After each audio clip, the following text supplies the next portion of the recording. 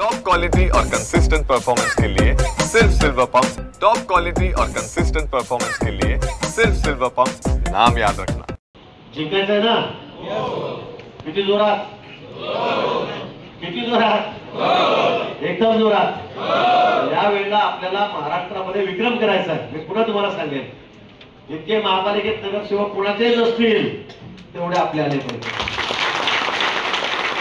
महाराष्ट्रामध्ये सगळ्या नगरपालिका जे कुठे नसतील कुठल्या जिल्ह्यामध्ये तेवढ्या नगरपालिका आपल्या आल्या पाहिजे। जिल्हा परिषदमध्ये सुद्धा इतके सदस्य आपल्याला निवडून आणायचे की महाराष्ट्रामध्ये कुठल्याही जिल्हा परिषदेमध्ये दुसऱ्या इतके सदस्य येणार नाही तेवढे आपल्या पक्षाचे त्या ठिकाणी आले। बरोबर आहे? मामाने सांगितल्याप्रमाणे मफलर मामाने आणून ठेवलेले आहेत, गंडे आणलेले आहेत, टोप्या आणलेले आहेत, साहित्य सगळं तुम्हाला मिळणार। पण याच्या व्यतिरिक्त काहीच नाही हा, तुम्हाला लक्ष घालायचं आहे।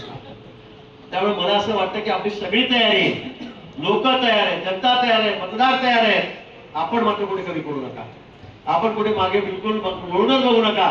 आपल्याला ठरवायचं आहे की आपल्याला एवढा उच्चांक करायचा आहे।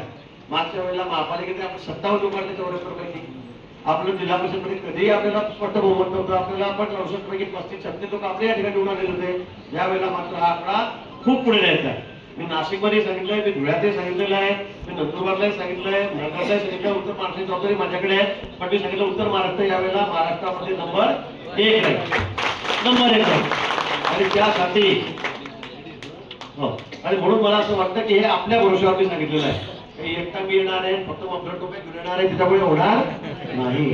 त्यामुळे आपलं योगदान, आपली मदत हे सगळे याच्यामध्ये आवश्यक आहे। आपण सगळे जोडीदार कार्यकर्ता आहात। मामांनी सांगितल्याप्रमाणे जे सावली देतात, झाडं त्यांचा विचार केला जाईल, जे फळं देतात त्यांचाही विचार केला जाईल। तुम्ही या बाबतीमध्ये काही काळजी करू नका। आज अनेक सदस्यांनी या ठिकाणी प्रवेश केलेला आहे, नवीन सदस्य आहेत, सरपंच आहेत, पदाधिकारी वेगवेगळ्या पक्षाचे। मी पण आलेल्यापैकी कार्यकर्त्यांच्या ठिकाणी ओळखतोय, जाणून घेतोय। काहीतरी वर्तमानपत्रातून बघितलेलं आहे, त्यांचं मी वर्तमानपत्रच बघितलंय तुम्हाला, आणि चांगलं काम आहे, चांगलं काम आहे। मला असं वाटतं की असे कार्यकर्ते आपल्या पक्षामध्ये या ठिकाणी असले पाहिजे, आणि हा योगावर आलेला आहे। हा जिल्ह्यातून खूप मोठा